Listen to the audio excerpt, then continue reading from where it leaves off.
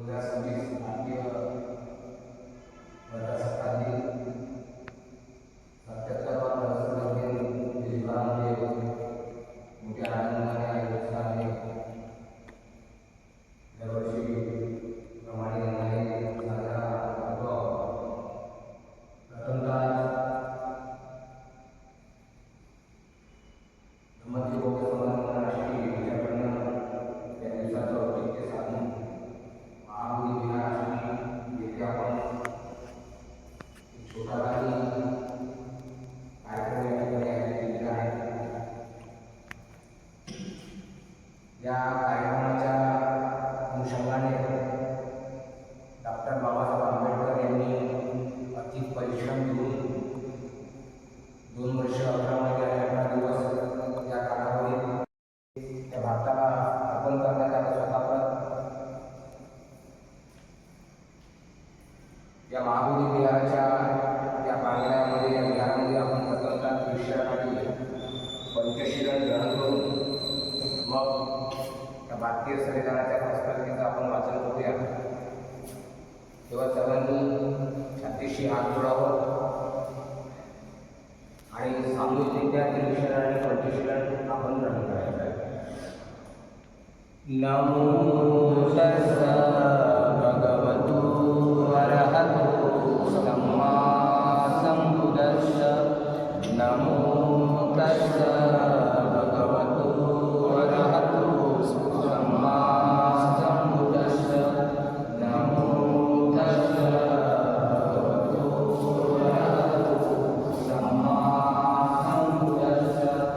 बुद्धं शरणं गच्छामि, धम्मं शरणं गच्छामि, संघं शरणं गच्छामि. द्वितीयमपि बुद्धं शरणं गच्छामि, द्वितीयमपि धम्मं शरणं गच्छामि, द्वितीयमपि संघं शरणं गच्छामि, तृतीयमपि बुद्धं शरणं गच्छामि, तृतीयमपि धम्मं शरणं गच्छामि, तृतीयमपि संघं शरणं गच्छामि. पाणातिपाता वेरमणि सिक्खापदं समादियामि. अदिन्नदाना वेरमणि सिक्खापदं समादियामि. कामेषु मित्रता वेरमणि सिक्खापदं समादियामि. मुस्सावादा वेरमणि सिक्खापदं समादियामि.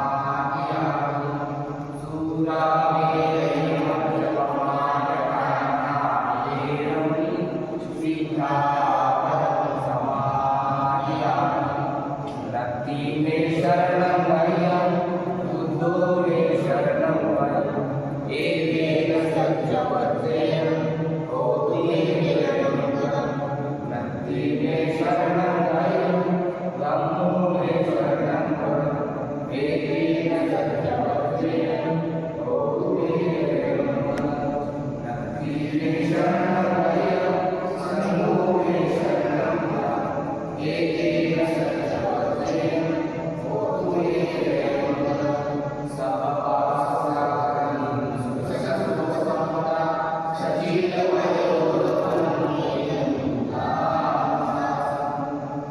नमो बुद्धाय, नमो धम्माय, नमो संघाय.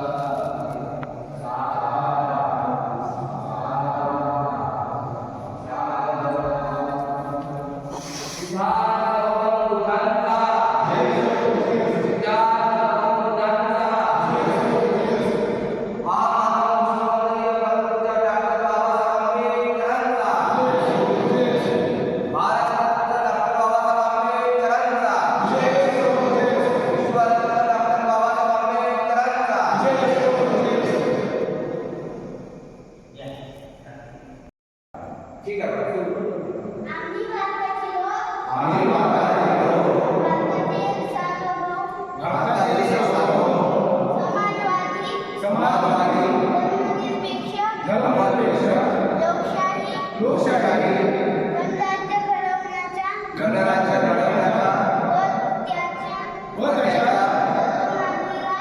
नागरिकास सामाजिक, आर्थिक व राजकीय न्याय, विचार, अभिव्यक्ती, विश्वास, श्रद्धा व उपासना व याचे स्वातंत्र्य, दर्जाची व संधीची समानता निश्चितपणे प्राप्त करून देण्याचा आणि त्या सर्वांमध्ये प्रतिष्ठा व राष्ट्राची एकता आणि एकात्मता यांचे आश्वासन देणारी बंधुता करण्याचा संकल्पपूर्वक निर्धार आमच्या संविधानामध्ये आज 26 नोव्हेंबर 1949 रोजी याद्वारे हे संविधान अंगीकृत आणि अधिनियमित करून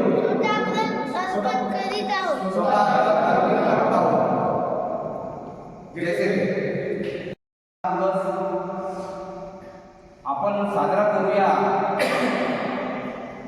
अशी एक मनातनं भावना माननीय अमरजी कुटुरकर यांच्या संकल्पनेतून निर्माण झाली. त्यांनी धम्मदीप बौद्ध समाज मंडळाच्या अध्यक्षासोबत संपर्क साधून मग माझ्याकडे फोन केलेला होता. मला सुद्धा ते फार मनापासून करावंसं वाटलं आणि त्यामुळे हा मॅसेज धम्मदीप बौद्ध समाज मंडळाच्या आपल्या ग्रुपवर टाकण्यात आला.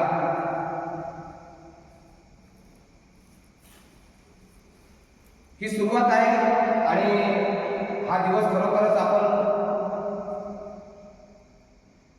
बौद्ध समाज मंडळ मार्फत आपण राबवला गेला पाहिजे, कारण ती आपली नैतिक जबाबदारी सुद्धा बनते. आणि अमर कुटुरकरचं परत एकदा मी शब्दशः आभार मानले. त्यांनी ही संकल्पना सुचवली. या कार्यक्रमाच्या अनुषंगाने सन्माननीय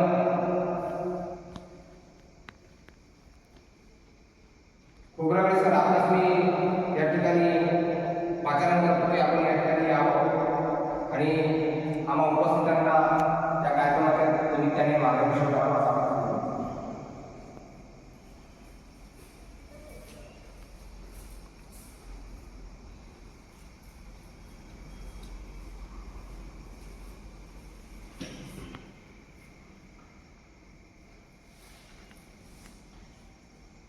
सर्वप्रथम आपल्या सर्वांना भारतीय संविधान आजच्या तारखेत अंमलात आला. आज आजचा दिवस गणराज्य दिन. या गणराज्य दिनाची आपल्या सर्वांना हार्दिक शुभेच्छा. आपले सहकारी अमरभाऊ कुटुरकर यांच्या माध्यमातून धम्मदीप मंडळाच्या वतीने हा जो कार्यक्रम काही वेळेला आयोजित करण्यात आला, तर ही परंपरा समोरही चालू ठेवावी. अतिशय चांगला उपक्रम आपण हाती घेतला. अवरच्या पुढाकारालाही आमचं सहमत आहे आणि कोणी धम्मदीप मंडळाच्या वतीने हा कार्यक्रम ठेवेल वर्षानुवर्ष, तर ही प्रक्रिया सातत्याने सुरू राहावी. चांगला उपक्रम आपण हाती घेतला त्याबद्दल नक्कीच आहे. आता प्रश्न आहे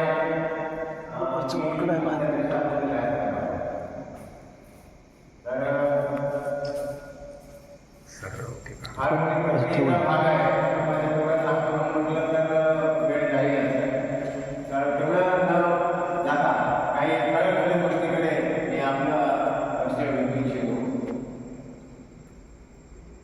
9 डिसेंबर पहा 1945ला जेव्हा दुसरं महायुद्ध संपलं, त्यावेळेस इंग्लंडची परिस्थिती, इंग्लंड सांभाळता भारतावरही राज्य करता येणं शक्य नव्हतं. आणि अशा परिस्थितीमध्ये ब्रिटिशांकडून 3 सदस्यीय कॅबिनेट मिशन भारतामध्ये आलं 1946 1945चा दुसऱ्या महायुद्ध संपल्यानंतरची अशी परिस्थिती निर्माण झाली की दोन्ही देशामध्ये राजकीय अशक्य होते आणि त्यामुळे त्याला भारत देश सोडून जाणे अनिवार्य झाले. त्यातल्या त्यात विरोधाचाही प्रस्ताव होता की कोणी कोणावर आता राज्य करणार नाही, त्याच्यामुळे भारत देश सोडून जाणे ही क्रमप्राप्त अशी भूमिका केलेली होती. तर मी हे सांगतो की 1945च्या इंग्लंडमधून 3 कॅबिनेट मिशनचे सदस्य आपल्या भारतामध्ये आले आणि त्यांनी प्रस्ताव ठेवला की तुम्ही आता भारताचं कारकीर्द कशी पुढे चालवणार आहात यासाठी संविधान लागतं. तर तुम्ही या भारतामध्ये संविधान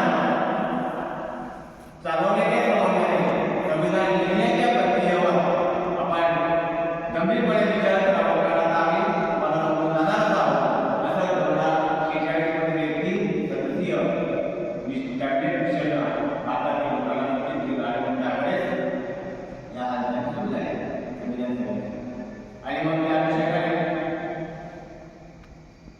निवडणुका झाल्या. तो इतिहास हा लंबा आहे, त्या याच्यात जाणार आहे. उपस्थिती पाहणार आहे बाबाकडे मी सांगतो आहे ती एकूण 296 सदस्य त्या ठिकाणी निवडून आले.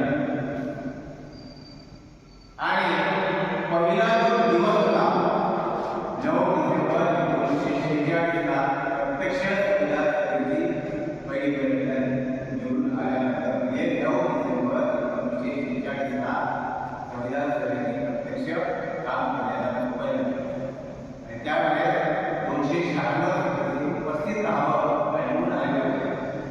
पण त्यावेळी 207 एवढे सदस्य संख्या उपस्थित होती आणि मुस्लिम लीगचे लोक उपस्थित होते. आणि मग पहिल्या दिवशीपासून या प्रक्रियेला सुरुवात झाली. तर डॉक्टर बाबासाहेब आंबेडकरांचा नंबर 9व्या दिवशी लागला. 9व्या दिवशी 9 डिसेंबर 1946 पासून हा कार्यक्रम खूप विधानाला झाला आणि 17 डिसेंबर 1946 ला बाबासाहेबांना पहिल्यांदा बोलण्याची संधी दिली. हे 9 दिवस बाबासाहेबांना त्या ठिकाणी संधी भेटली नव्हती, कारण सदस्य संख्या ठेवली. आणि मग त्या पहिल्या सभेमध्ये जे काही बाबासाहेब आपलं वक्तव्य मांडतात त्या सगळ्यांनी हा पहिल्या सभेमधला इतिवृत्तांत अगदी शांतपणे वाचून घ्या ही सांगण्यापेक्षा, आणि तोच एक टर्निंग पॉईंट ठरला पुढील साऱ्या गोष्टी घडवून आणल्या. म्हणून तो पहिला दिवस जो होता 17 डिसेंबर 1946 ला, तर तो एक अत्यंत महत्त्वाचा दिवस आहे आणि ती स्पीच प्रत्येकाला ऐकून घ्या. दुसरी गोष्ट, आता वास्तविकमध्ये आपल्याला सांगितलं की समजा स्वतंत्र वक्तव्य आणि न्याय हे 4 प्रिन्सिपल आहेत, गोल्डन प्रिन्सिपल सुवर्ण सिद्धांत ही जगातल्या कोणत्याच संविधानामध्ये ह्या गोष्टी दिसत नाही. जसं बल्गेरिया घ्या, स्पेन घ्या, कतार घ्या, हे जे देश आहेत भारताच्या नंतर त्यांनी संविधान लिहिलं, त्यांनी भारताच्या संविधानामधून ते 4 सिद्धांत दिले. कोणकोणत्या देशामध्ये स्वातंत्र्य दिसते, कुठे कुठे न्याय दिसतो आहे, पण 4ही सिद्धांत एकाच संविधानामध्ये अशी जी काही पद्धती आहे ती फक्त आणि फक्त आपल्या भारत देशाच्या संविधानामध्ये. आणि मग भारताचं संविधान आल्यानंतर इतरही देशांना ते स्वीकारले. म्हणजे यावरून आपण लक्षात घेऊ शकतो की संविधानाच्या शिल्पकाराच्या डोक्यात काय होतं, मी किती दूरदृष्टी होती की वर्षानुवर्ष हे देश चालत असताना, त्याच्या घरामध्ये बदलत असताना हे जर आपण सिद्धांतावर या संविधानाची उभारणी केली तर या देशातला कोपऱ्यातला जो माणूस आहे त्या सुद्धा माणसाची प्रगती झाली पाहिजे. आणि म्हणूनच ते गोल्डन प्रिन्सिपल त्या संविधानामध्ये दिलेलं आहे, ते इतरही देशांना पडलं आणि मग ते इतरही देश स्वीकारू लागले. आणि त्याच्यानंतर मग आता ह्या बाबी हे झालं आणि त्याच्यानंतर आर्टिकल 1 मध्ये भारत देशाचं नावच स्पष्ट लिहिलेलं आहे, इंडिया गॅजेट भारत. आता हा एक विचार करायचा भाग आहे. बाबासाहेबांना आर्टिकल 1 मध्येच देशाचं नाव स्पष्टपणे ओळख करून दिल्याचे काम करतो. आता आपण 2026 मध्ये विचार करतो, आपण याचा विचार केला पाहिजे की बाबासाहेबांना आर्टिकल 1 मध्ये इंडिया गॅजेट भारत लिहिलेलं आहे. म्हणजे भारताचं नावच त्यांनी दुसरं तिसरं काही नसून भारतच आहे असं त्याला लिहिण्याची गरज का पडली? कारण त्यांना माहीत होतं, त्यांची ती दूरदृष्टी होती की आज काय उद्या पुढे जाऊन हे लोक देशाचं नावही बदलू आणि कसं होऊ नये म्हणून आर्टिकल 1 मध्ये त्यांनी त्याचं नाव लिहिलं. आणि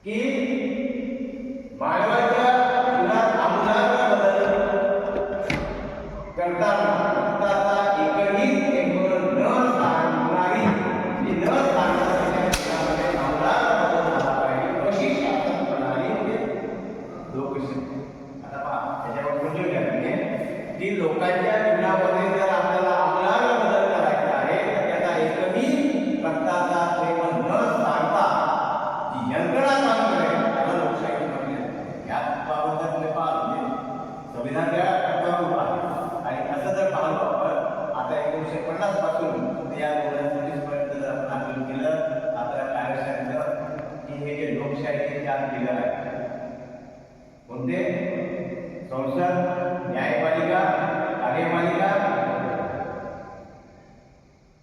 कायदेमंडळ आणि मीडिया.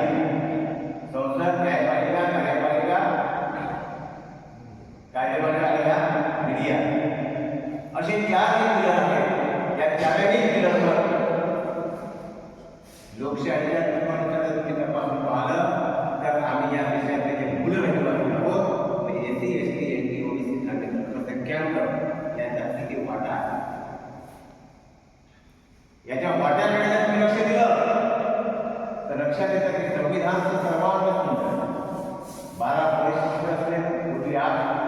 395 आर्टिकल असलेलं जगात असं कुठलंही संविधान श्रेष्ठ लोकशाहीचे 4 पिलावर गणले. आता एकीकडे संविधान सुंदर, आम्ही या देशातील एवढे लोक आणि भरमसाठ संख्येनं आहोत आणि आमचं त्या ठिकाणी वाटणं म्हणजे अर्थातच 1947 ला इंग्रज नावाचा विदेशी गेला आणि दुसरा ब्राह्मण नावाचा विदेशी आपल्या देशाने स्वतः हातात घेतला आणि अशा पद्धतीने भारतीय संविधान जरी 1950 पासून लागू झालं तरी परंतु संविधान चालवण्याची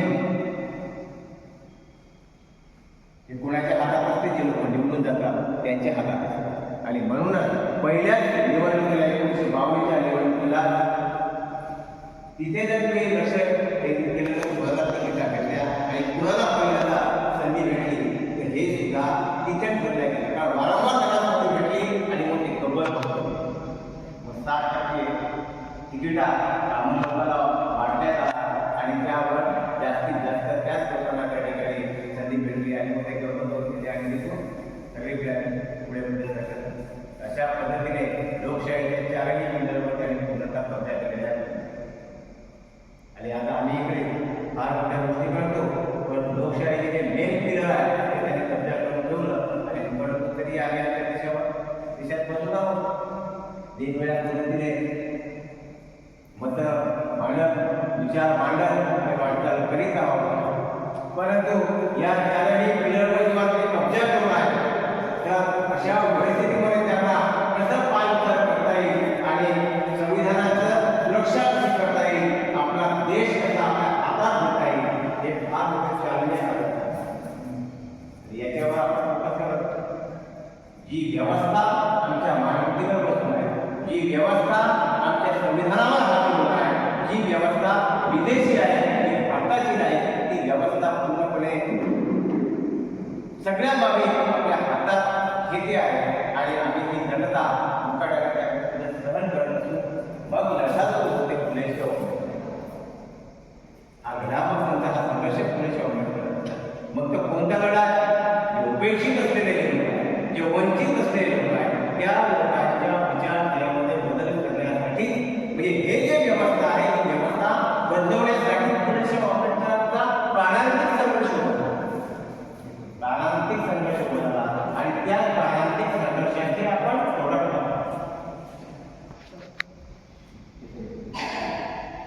त्यांनी जी व्यवस्था बळकावली त्या व्यवस्थेला विरोधामध्ये पुणे ऑपरेटरने जे विषय उभं केलं त्याचे आपण प्रोडक्ट आहोत. खरंच त्या अनुषंगाने आमची माहिती होत आहे का, त्या अनुषंगाने आमची वाटचाल होत आहे का, आजच्या दिवशी आपण हा विचार मी अगदी स्वीकारावा की ज्या उद्देशाने पुणे ऑपरेटरचं हे प्राणांतिक संघर्ष उभा झाला त्या व्यवस्थेला आम्ही जरासाचे चुका बोलू शकत आहोत की त्यांनी जी व्यवस्था लागू केली तर त्याने ग्रहण करत आहोत आणि किती वर्ष आम्ही हे ग्रहण करणार आहे. म्हणजे आता शेवटच्या टप्प्याकडे जाताना आम्हाला एक गोष्टीचं एक उदाहरण अजातशत्रूला वकील लोकांना जिंकायचं तर अजातशत्रूच्या राज्याच्या जवळच एका पहाडावर तथागत बुद्धांचं त्या ठिकाणी वास्तव्य होतं आणि अजातशत्रू वजीर लोकांवर हल्ला करण्याच्या तयारीमध्ये होता आणि त्याला कळलं की तथागत बुद्ध आपल्या जवळच आलेला आहे. तो आपल्या एका विश्वासू सेनापतीला सांगतो आहे की आपली तयारी झालेली आहे, वकील लोकांना जिंकण्याच्या संबंधाने या संबंधाने तथागत बुद्धांचे काय विचार आहे त्यांचे विचार आपला विचार आम्ही कशी पडली आणि ते यावर जे काही भाषा करतील, जे काही उद्देश करतील ते जसेच्या तसं मी मला सांगायचं म्हणून ते विश्वासू सेनापतीला तथागत बुद्धाकडे पाठवले आणि तथागत बुद्धाकडे जाऊन अजातशत्रूचा संदेश तथागत बुद्धाकडे जातो आहे की अजातशत्रूला वरती जिंकायचं आहे, त्यांच्यावर हल्ला करायचा आहे, तर कसं राहील तर ते मग फार मोठा विश्लेषण करतात की तेवढा एकच सांगतो आहे, त्याने सांगितल्यापैकी की वजीचे लोक साप्ताहिक बैठका घेतात, साप्ताहिक बसतात, म्हणून त्याची घट्ट बांधणी आहे. ते सप्त्यातून एकदा एकत्रित येतात, त्यांच्या विचाराची देवाणघेवाण होते, ते मजबूत बनलेले आहे. आणि जेवढे लोक त्यांच्या राज्यामध्ये जुळलेले आहेत तर त्या मीटिंगमध्ये येण्याची अत्यंत तसा तो नियमच एकाच हप्त्यामध्ये ते लक्षात येते त्यांच्या हप्त्यामध्ये ते दिसून करतात. म्हणजे कमकुवत बांधण्याची दिसतच नाही अशा प्रकारे वागतात.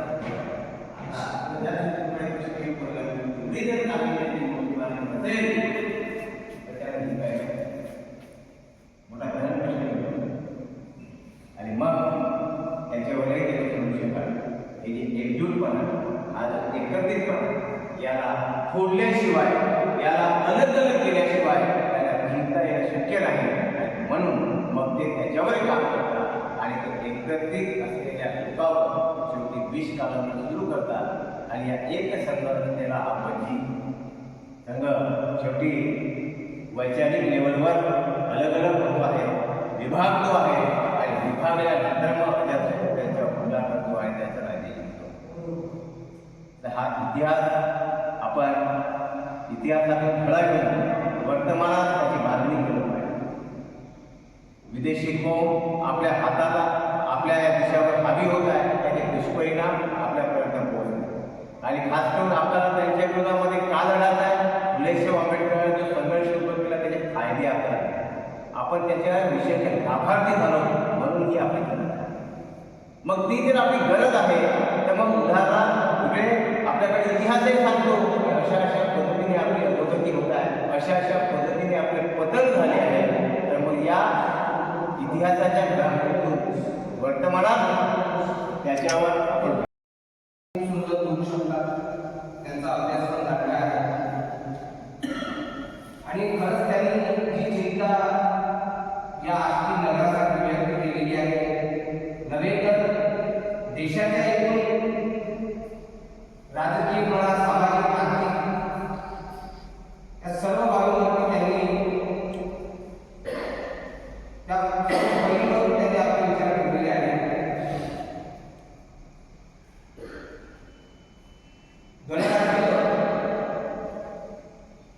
गणप्रमुख दोन आहेत या देशामध्ये, राष्ट्रपती आणि पंतप्रधान.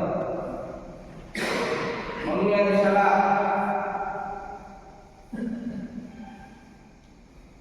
ती निवड सुद्धा म्हणजे राष्ट्रपतीची आणि प्रधानमंत्र्याची निवडणूक सुद्धा लोकशाही मार्गाने होते.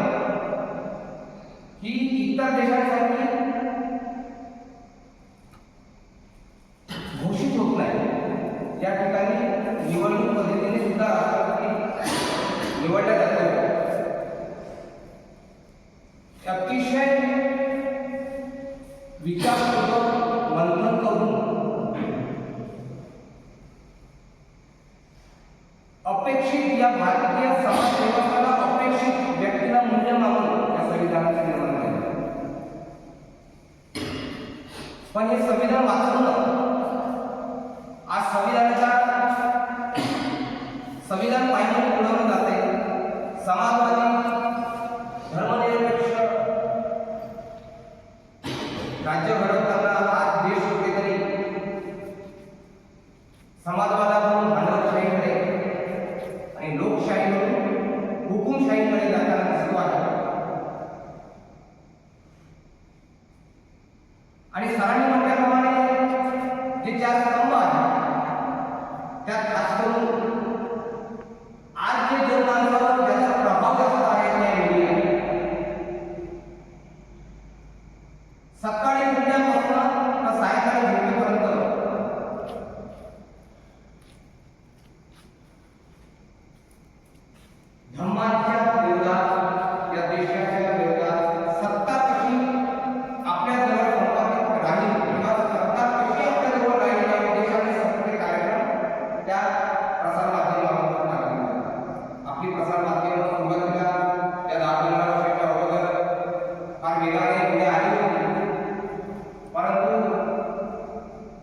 त्या प्रसारमाध्यमांना आपल्या ओळख आली.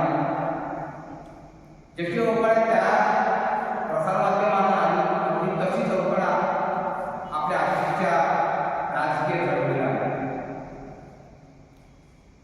सरांनी अतिशय सुंदर बोललं, वैचारिक वाद असू शकते, नेतृत्वाचा वाद असू शकते,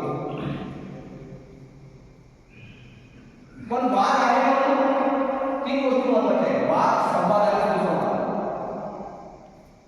वाद, संवाद आणि सुसंवाद.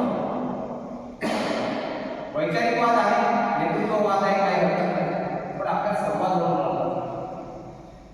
होतं कसं आहे, आपल्या संवाद तुटतो आहे. कारण संवाद तीन माणसं करतात, ज्यांना पुणेश्वर आंबेडकरांचे वैचारिक लेवल आहे आणि तो विचार पुढे न्यायचा आहे की माझा संवाद करतात. आणि म्हणून सरांनी म्हटल्याप्रमाणे अगदी मला पण ते पटतंय, वाद असतील, संवाद म्हणून. आणि जेव्हा संवाद होतो तेव्हा आपल्या मनातल्या ज्या काही भावना असतात आपण बोलून व्यक्त करतो आणि त्यातून तो मार्ग निघतो, त्याला म्हणतात सुसंवाद. मग त्याच्यातून चांगले मार्ग निघतात. आणि म्हणून सरांचा जो प्रयत्न आहे की किमान 15 दिवसाला, आठवड्याला किंवा महिन्याला किमान बसून या पुणेश्वर आंबेडकरांच्या वैचारिक चळवळीविषयी आपण सर्वांनी एकत्र 10 वर्षापूर्वी निघा पाहिजे. शब्दांनी सुटतात घरेदारी, महात्मा विनोबा फुले म्हणतात, शब्दांनी सुटतात घरेदारी, शब्दांनी सुटतात माणसं सुटतात. आणि म्हणून शब्द वापरताना की आपल्या समाजाची जबाबदारी असेल की आपल्यामध्ये वाद होणार नाही.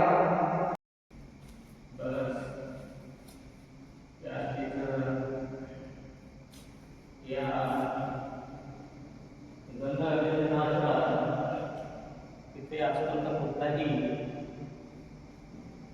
आमच्या सामाजिक स्तरावर घडलेला नाही, तर त्याविषयी 2 शब्द बोलायचे. तथागत गौतम बुद्ध आणि भारताच्या संविधानाचे शिल्पकार डॉक्टर बाबासाहेब आंबेडकर यांना अभिवादन करतो.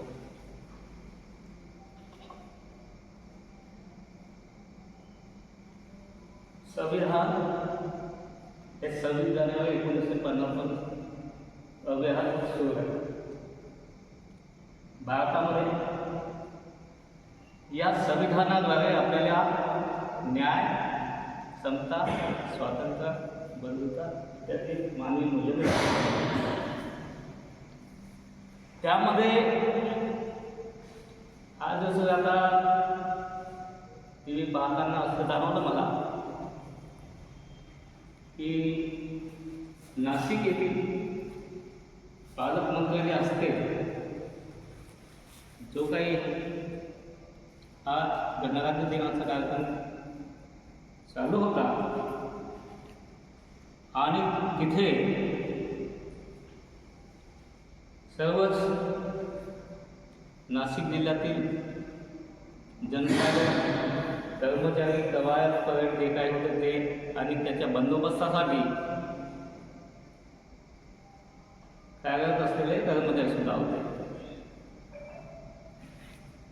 पालकमंत्र्यांनी जे काही पथसंचलन झालं असेल, जे काही झालं असेल ते झालं. त्यानंतर त्यांनी सभेला संबोधित करताना डॉक्टर बाबासाहेब आंबेडकरांचं एकदाही नाव त्यांच्या तोंडून आलेलं नव्हतं.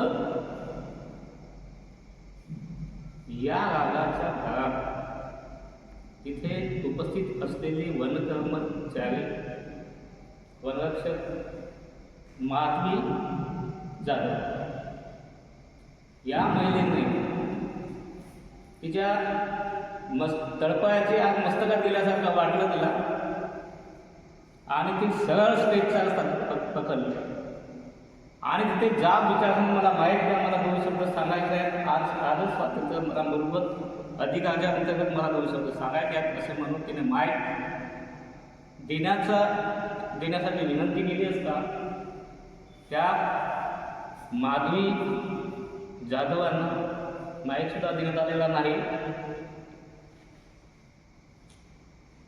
तर तिने तिथेच बाबासाहेबांच्या नावाने घोषणा वगैरे देण्यास सुरुवात केली. गिरीश महाजनांनी घोषणासुद्धा देऊन अनेक घोषणा केल्या. तिथे गणेशकरांचा दिनचिऱ्या व्हावा असं महात्मा गांधी छत्रपती शिवाजी महाराजांचा अनेक बाबासाहेबांना विजयी जयघोष झाल्यामध्ये त्या महात्माने स्वतःच घोषणा देण्याचं चालू केलं. आणि हा कोर्टोकाचा भाग असेल किंवा काही प्रश्नाचा भाग असेल तिथून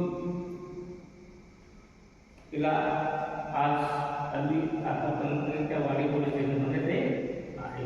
अनेक संघटना आपला आंबेडकरी संघटनांच्या तिथे उभ्या आहेत आणि तिला पोलीस स्टेशनमध्ये बसून ठेवलेलं आहे. एक घटना आणि अमरावतीमध्ये सुद्धा आजच